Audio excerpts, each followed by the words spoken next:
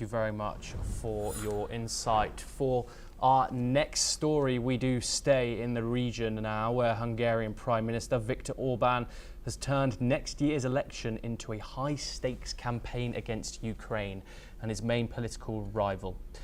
With his ruling Fidesz party slipping in the polls, Orbán is pushing a sweeping anti-Ukraine message, warning of alleged EU and Kiev plots to overthrow his government.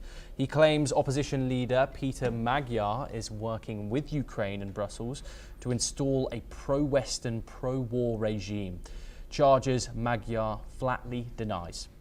Orbán says Hungary faces threats from Ukraine's EU membership, cheap labour and even war, using AI-generated videos to depict Hungarian soldiers returning from a front they've never been on.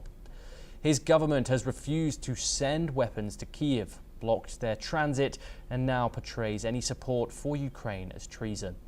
The campaign includes a state-funded media blitz and a national consultation, painting Zelensky and EU leaders as threats to Hungarian sovereignty.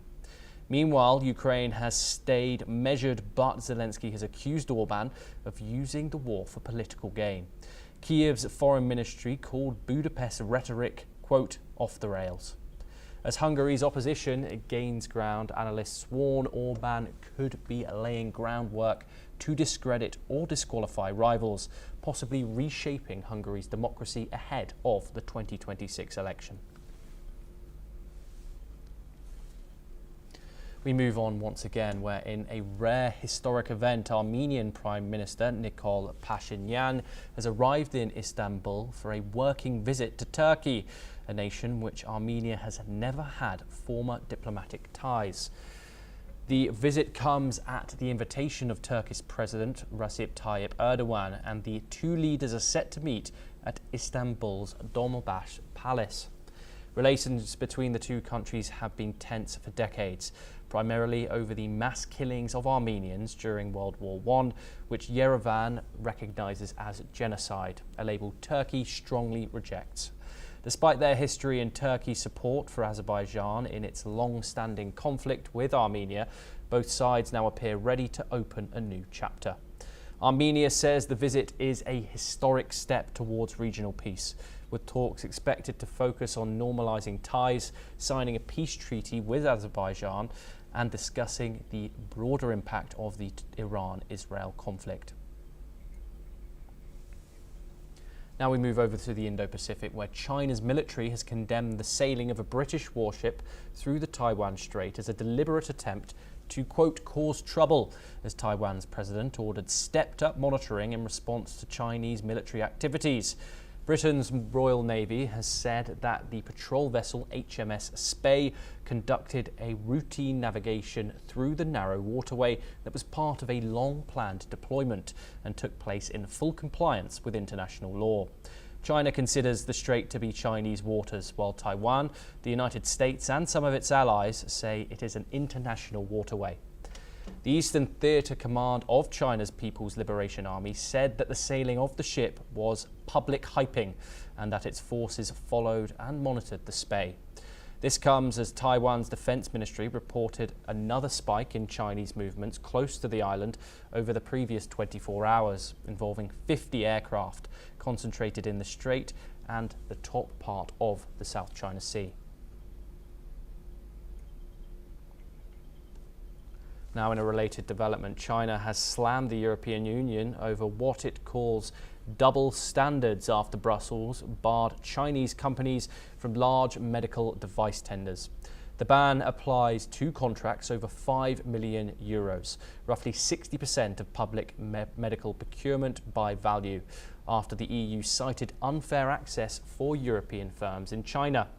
The EU says China favours domestic suppliers and offers bidding conditions foreign firms can't meet. Beijing's response: the EU is veering towards protectionism, urging dialogue instead of restrictions. The EU-China dispute adds to existing trade clashes over EV tariffs and rare earth exports, just weeks before a planned summit in July. As Western allies increase presence near Taiwan and Beijing faces trade curbs at home, global tensions are once again in sharp focus. Now we move over to North America, where Hurricane Erick has killed at least 2 people in southern Mexico. The storm made landfall in Oaxaca State before weakening Thursday night.